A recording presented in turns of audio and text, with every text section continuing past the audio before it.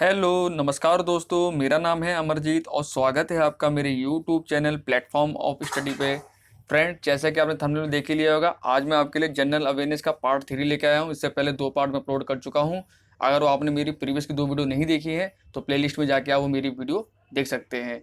और फ्रेंड्स, मैंने कल एनसीएल की सैलरी स्लिप मैंने कल डाल दी है। बहुत सारे सब्सक्राइबर डिमांड करी थी, बहुत से लोगों ने देख भी लिया। जिन्होंने नहीं देखा अभी तक, आप जाके देख सकते हैं। वो आपके लिए बहुत बड़ा मोटिवेशन बनेगा। और फ्रेंड्स, इस वीडियो में फिर मैं आज आपके लिए 25 टॉप क्वेश्चन लेके आया हूं, जो कि आपके आगामी आने वाली परीक्षा के लिए बहुत ज़्यादा महत्वपूर्ण है। तो प्लीज़ इस वीडियो को शुरू से लेकर अंत जरूर देखिएगा और इन सवालों को वीडियो के दौरान ही याद कर लीजिएगा और कॉपी पेन में भी नोट कर लीजिएगा, ताकि आपको जब एग्जाम आए तो आप रिवीजन फटाफट इनका कर सकें। ठीक है। और आपसे एक रिक्वेस्ट और है, अगर जो व्यक्ति मेरे चैनल फर्स्ट टाइम आया है तो प्लीज़ मेरे चैनल सब्सक्राइब जरूर करें और बेल आइकन को भी दबाएं, ताकि आपको वीडियो नोटिफिकेशन प्राप्त हो जाए। तो चलिए देखते हैं जीके जीएस के पिटारा में आज क्या है। आज कौन से टॉप 25 क्वेश्चन है, शुरुआत करते हैं वीडियो की। फर्स्ट क्वेश्चन है, भारत रत्न किसके द्वारा दिया जाता है? राष्ट्रपति, उपराष्ट्रपति, राज्यपाल, भारत के मुख्य न्यायाधीश। तो फ्रेंड, जो भारत रत्न है इसकी शुरुआत कब हुई थी? 1954 में। याद रखिएगा। सर्वप्रथम कितनों को दिया गया था? सर्वप्रथम 3 व्यक्तियों को दिया गया था। कौन कौन 3 व्यक्ति थे? सर्वपल्ली राधाकृष्णन, सीवी रमन और सी राजगोपालाचारी। ठीक है ना। तो इन तीनों को ये दिया गया था और ये दिया जाता है राष्ट्रपति के द्वारा। ठीक है ना। अगला क्वेश्चन है,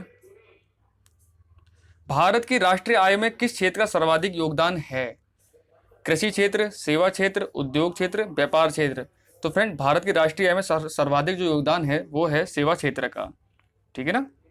कृषि क्षेत्र बहुत बड़ा है हमारे देश में, लेकिन इसका कोई योगदान ज़्यादा नहीं, उल्टा सरकार को इस पर और खर्चा करना पड़ता है, सब्सिडी वगैरह देनी पड़ती है। तो ये नुकसान वाला क्षेत्र है हमारे लिए, समझ लो। यहाँ से कोई फायदा हमको मिलता ही नहीं है। और जो सर्विस वाला क्षेत्र है, यहाँ से बहुत ज़्यादा बेनिफिट है हमको। ठीक है ना।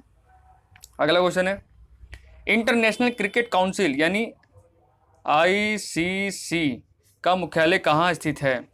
Dubai, London, England, Sydney. तो फ्रेंड, जो आईसीसी का मुख्यालय है वो है दुबई में स्थित। दुबई में स्थित है। ठीक है ना। अगला क्वेश्चन है, गुप्त वंश का संस्थापक कौन था? चंद्रगुप्त मौर्य, स्कंदगुप्त, समुद्रगुप्त, श्रीगुप्त।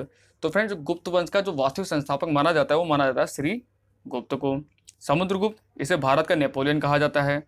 चंद्रगुप्त मौर्य, इन्होंने धनानंद की हत्या करके जो नंद वंश का अंतिम शासक था और मौर्य समाज की इन्होंने स्थापना की थी। ठीक है ना। अगला क्वेश्चन है, चरण पादुका अभियान किस राज्य के द्वारा शुरू किया गया है? मध्य प्रदेश, उत्तर प्रदेश, आंध्र प्रदेश, तेलंगाना। तो फ्रेंड, जो चरण पादुका अभियान है ये मध्य प्रदेश सरकार के द्वारा शुरू किया गया है। मध्य प्रदेश की राजधानी क्या है? भोपाल।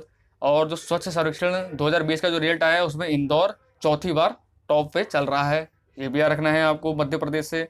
और वहाँ के मुख्यमंत्री का क्या नाम है? शिवराज सिंह चौहान है। वहाँ के राज्यपाल कौन है? लालजी टंडन। ठीक है ना। अगला क्वेश्चन है, सूर्य के सबसे नजदीक ग्रह कौन सा है? पृथ्वी, मंगल, बुध, बृहस्पति। तो फ्रेंड, सूर्य के जो सबसे नजदीक ग्रह है वो है बुध। ठीक है ना। इसकी ट्रिक होती है, मैं आपको याद कराता हूँ आज। MEVEMJSUN।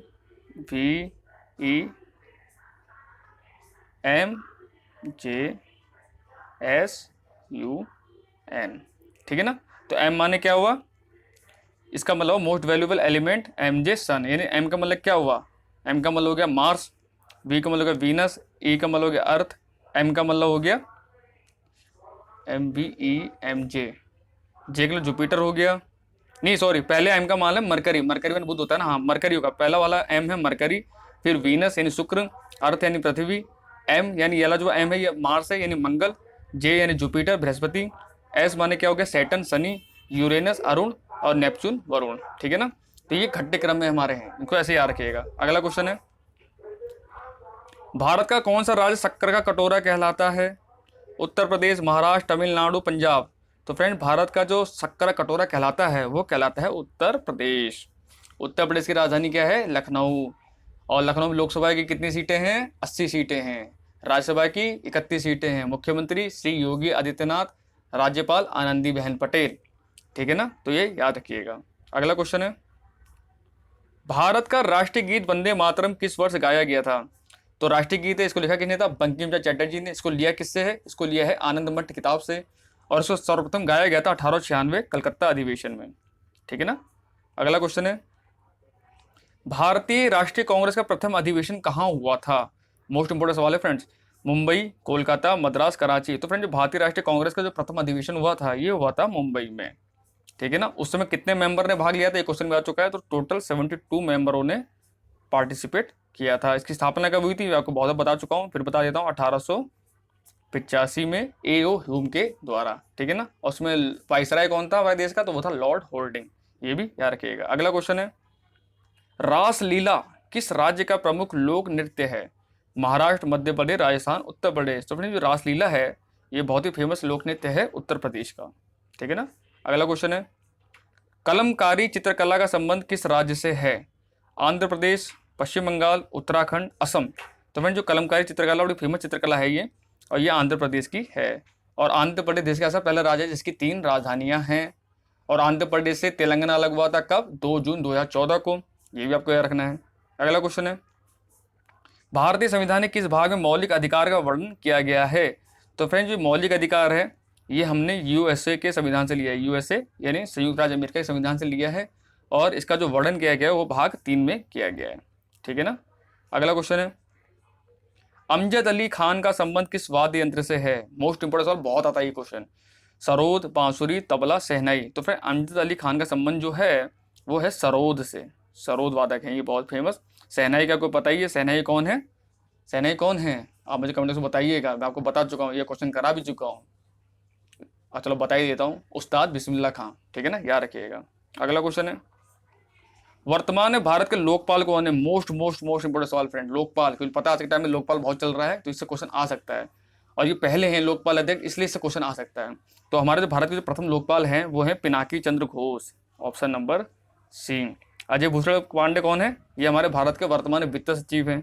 सुनील अरोड़ा कौन है? ये हमारे मुख्य निर्वाचन अधिकारी हैं। रंजन गोगोई ये मुख्य न्यायाधीश थे, अभी रिटायर होकर इनकी जगह कौन है? शरद अरविंद बोबड़े, ठीक है ना।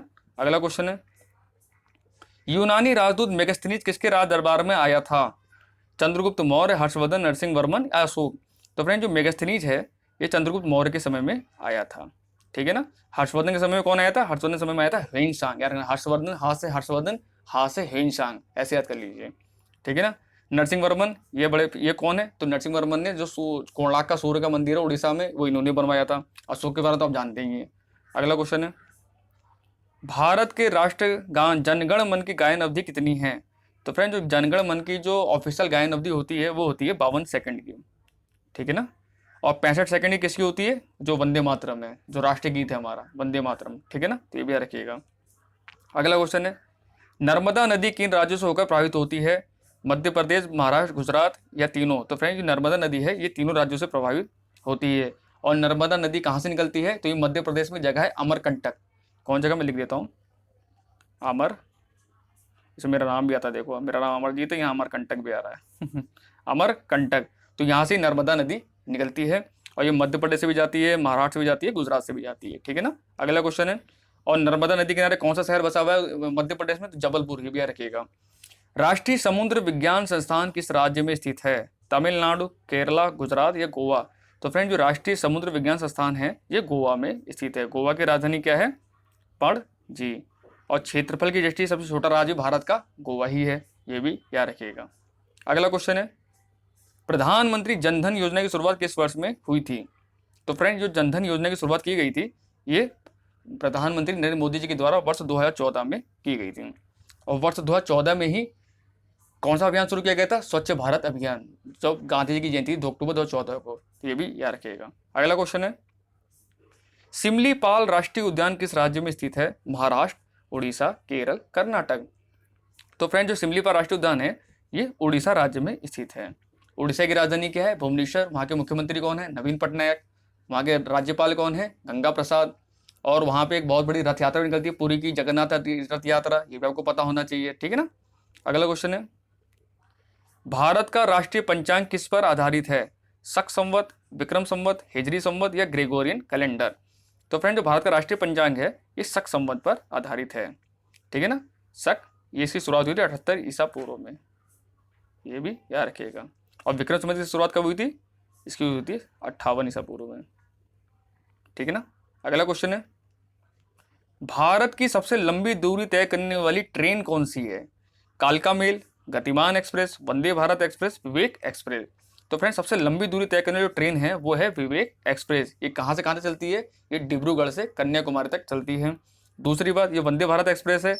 इसकी शुरुआत पहले साल ही मोदी जी इसका उद्घाटन किया था। इसको पहले ट्रेन 18 भी बोला जाता था, अब इसका नाम वंदे भारत एक्सप्रेस कर दिया। सबसे ज्यादा स्पीड वाली ट्रेन है हमारे देश में करंट में, ठीक है। इसकी मैक्सिमम स्पीड जो है वो 180 किलोमीटर पर आवर है, ठीक है ना। अगला क्वेश्चन है, प्रायद्वीपीय भारत की सबसे लंबी नदी कौन सी है? गोदावरी, कावेरी, कृष्णा, गोमती। तो फ्रेंड प्रायद्वीपीय भारत सबसे लंबी नदी है वो है गोदावरी। इसको वृद्ध गंगा के नाम से भी जाना जाता है। भाई क्वेश्चन आया था एक बार नहीं, बहुत बार आया हुआ है वैसे तो, एसएससी में आता रहता है क्वेश्चन। तो वृद्ध गंगा किसको कहा जाता है? वो कहा जाता है गोदावरी को। और एक क्वेश्चन और आता है कि दक्षिण भारतीय गंगा किसे कहा जाता है? तो दक्षिण भारतीय जो गंगा है वो कावेरी कहा जाता है, ठीक है ना। अगला क्वेश्चन है, चुंबकीय क्षेत्र का मात्रक होता है वेबर, टेस्ला, एम्पियर, ओम। तो फ्रेंड जो चुंबकीय क्षेत्र का मात्रक होता है वो होता है टेस्ला, ठीक है ना। राइट आंसर हो जाएगा ऑप्शन नंबर बी। एम्पियर किसका होता है? ये धारा का होता है। ओम किसका होता है? ये प्रतिरोध का होता है, प्रतिरोध, ठीक है ना। अगला क्वेश्चन है और लास्ट क्वेश्चन मेरा इस वीडियो का। अगर आपको वीडियो अच्छी लग रही है तो लाइक शेयर जरूर कीजिएगा। नालंदा विश्वविद्यालय की स्थापना किसने की थी? चंद्रगुप्त मौर्य, स्कंदगुप्त, अशोक, कुमारगुप्त। तो फ्रेंड जो नालंदा विश्वविद्यालय है इसकी स्थापना की गई थी कुमारगुप्त के द्वारा, ठीक है ना। तो आई होप आपको वीडियो अच्छी लगी होगी। अपना स्कोर जरूर कमेंट कीजिएगा कि आपके 25 में से कितने नंबर आए हैं। मिलते हैं आपसे नेक्स्ट वीडियो में।